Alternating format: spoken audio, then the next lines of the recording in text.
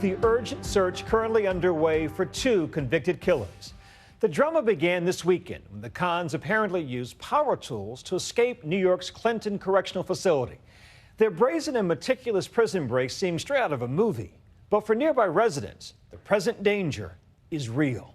Here's ABC's Gio Benitez.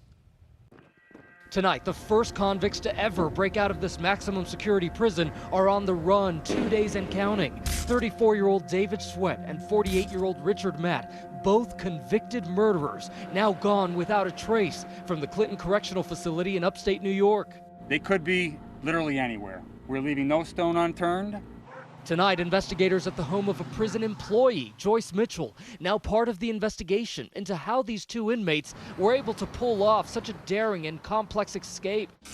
Reminiscent of the Hollywood blockbuster The Shawshank Redemption. Be on the lookout for 2 escapees from Clinton County Correction Facility.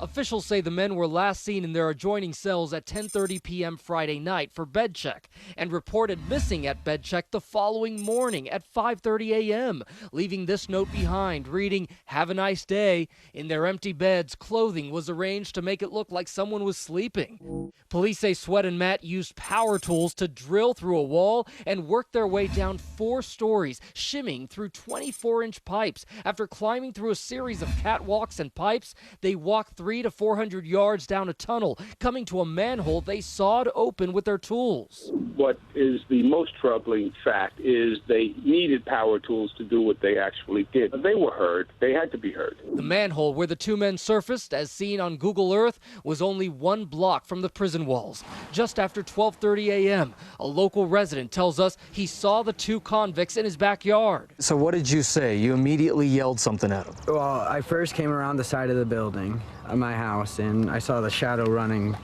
away from it. So I went around to see who they were, because I want to know who was in my backyard. So I go look at them, and I see them. I ask him, "What the hell are you doing in my yard? Get the hell out of here." And he was like, "Sorry, I didn't know where I was. I'm on the wrong street." Now, once you know who it was that you saw, what do you think? Lucky to be alive, man. Like, they could have done anything. Like, they could have jacked my car, and, you know, you never know. I mean, they're criminals, so. I was just in shock. I couldn't believe it. Police did not begin their search until a full 5 hours later, giving David Sweat and Richard Matt a critical head start. That's solid. Just hours after the break, New York Governor Andrew Cuomo came to the prison to retrace the 2 men's escape route. Must have kept you awake with all that cutting, huh? When you look at how it was done, it was extraordinary. I mean, we went through the tunnels. You look at the precision of the operation. It was truly extraordinary and unusual and almost impossible to duplicate. But we want to find out exactly what happened. And one of the big questions is, where did the tools come from? Construction work was being done on the inmates' cell block at the Clinton Correctional Facility, but no missing tools have been reported. Authorities tell ABC News they have questioned Joyce Mitchell, an industrial training supervisor at the prison.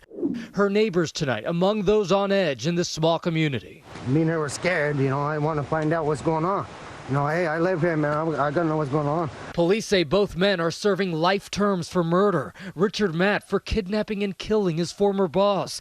David Sweat for killing Sheriff's Deputy Kevin Tarsia.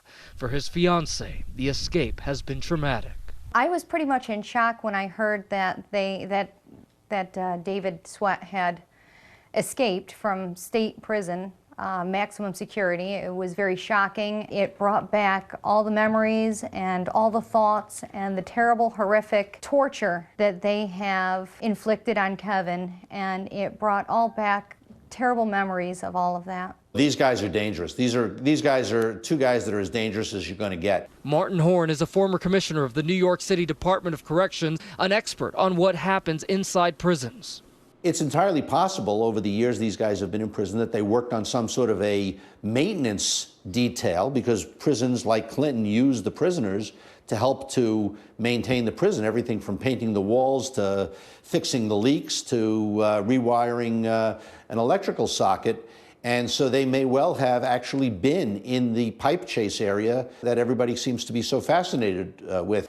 This is far from the first time an inmate has attempted a daring prison break. Take what happened in one Oklahoma prison in 2013, when 4 inmates plotted an escape through the jail bathroom. They unscrewed a metal plate on the shower ceiling. They then hoisted themselves up to a crawl space just 5 feet tall and 3 feet wide. One by one, they followed the jail's plumbing system. At the end of those pipes, authorities say the men had knocked holes in the concrete. They dropped through those holes to the ground floor and walked right out the door. This is the door that they actually came out of.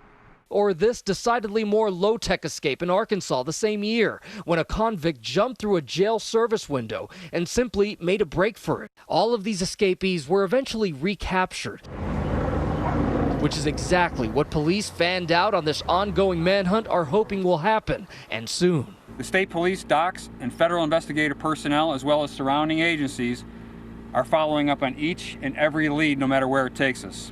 The prison's isolation gives it the nickname New York Siberia, once home to famous inmates like Lucky Luciano and Tupac Shakur. It is located just 20 miles from the Canadian border, where authorities are on the lookout. So they should stop them at the border, so no way of getting worried more than we have to. Area schools today on high alert. The community surrounding Dannemora, New York, living in fear. New York State is offering up to $100,000 for information leading to the arrest of those 2 escaped convicts. They are dangerous, and we want to make sure that they don't inflict any more pain or any more harm. For Nightline, I'm Gio Benitez in Dannemora, New York.